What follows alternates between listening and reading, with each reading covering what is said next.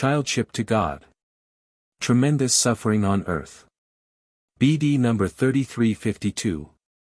December 1, 1944, in order to gain childship on earth the human being must shape himself into love and thereby enable himself to already establish union with God on earth, so that he will enter the spheres of light in a completely mature state when he passes away from earth. Hence his soul must have become so purified through kind-hearted activity that God himself can take abode in it and his spirit unites with the Father Spirit. In that case the human being will have fulfilled his task on earth completely and achieved his goal and, as a being of light, will have found entry into the spiritual realm, where it will subsequently create and work. However, this degree of maturity necessitates a complete renunciation of material possessions. This fusion with the eternal deity is impossible as long as a person still clings to matter, since his heart is not entirely cleansed from cravings and therefore not yet prepared for the acceptance of the divine spirit.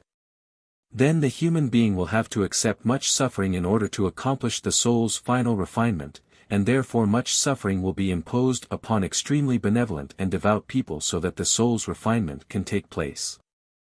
Where people are burdened by particularly harsh suffering and nevertheless profound faith is displayed, the soul might have chosen a particularly difficult life for itself in order to attain the final goal on earth, the childship to God.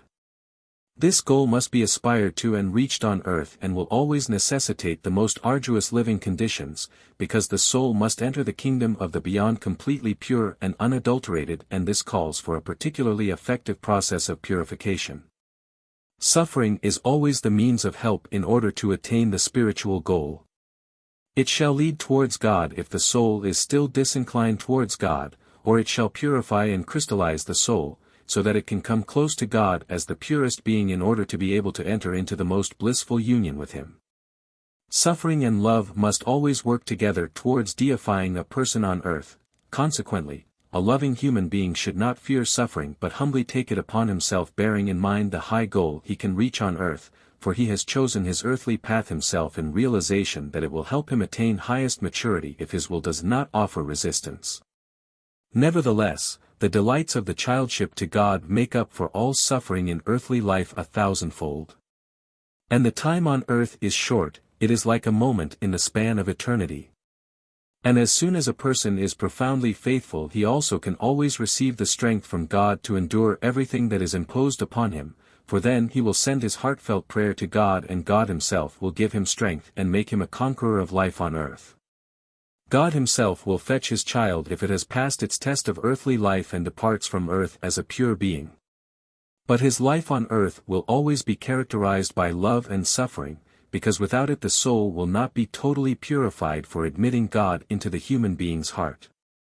This heartfelt bond with God must already take place on earth, otherwise the soul will not stand firm against the temptations of the world, nor would it achieve total purification through suffering, because it would lack the strength to bear the latter without complaining, and all grumbling or resisting still indicates a lack of complete submission to God's will. However, the soul must become as one with God. It must have the most intimate bond with Him, it must want the suffering itself and also gratefully accept it as a gift from God in realization that it pulls down the last barriers between God and itself and that only an overcoming of them will result in the highest bliss, to become a child of God with all rights and duties. This is every person's goal on earth, but only a few attain it. Only a few are in such intimate contact with God through love that even in suffering they recognize His greater than great fatherly love, which would provide them with the most blissful fate in eternity. Their fate on earth is not an enviable one, yet in the kingdom of the beyond they occupy the highest level.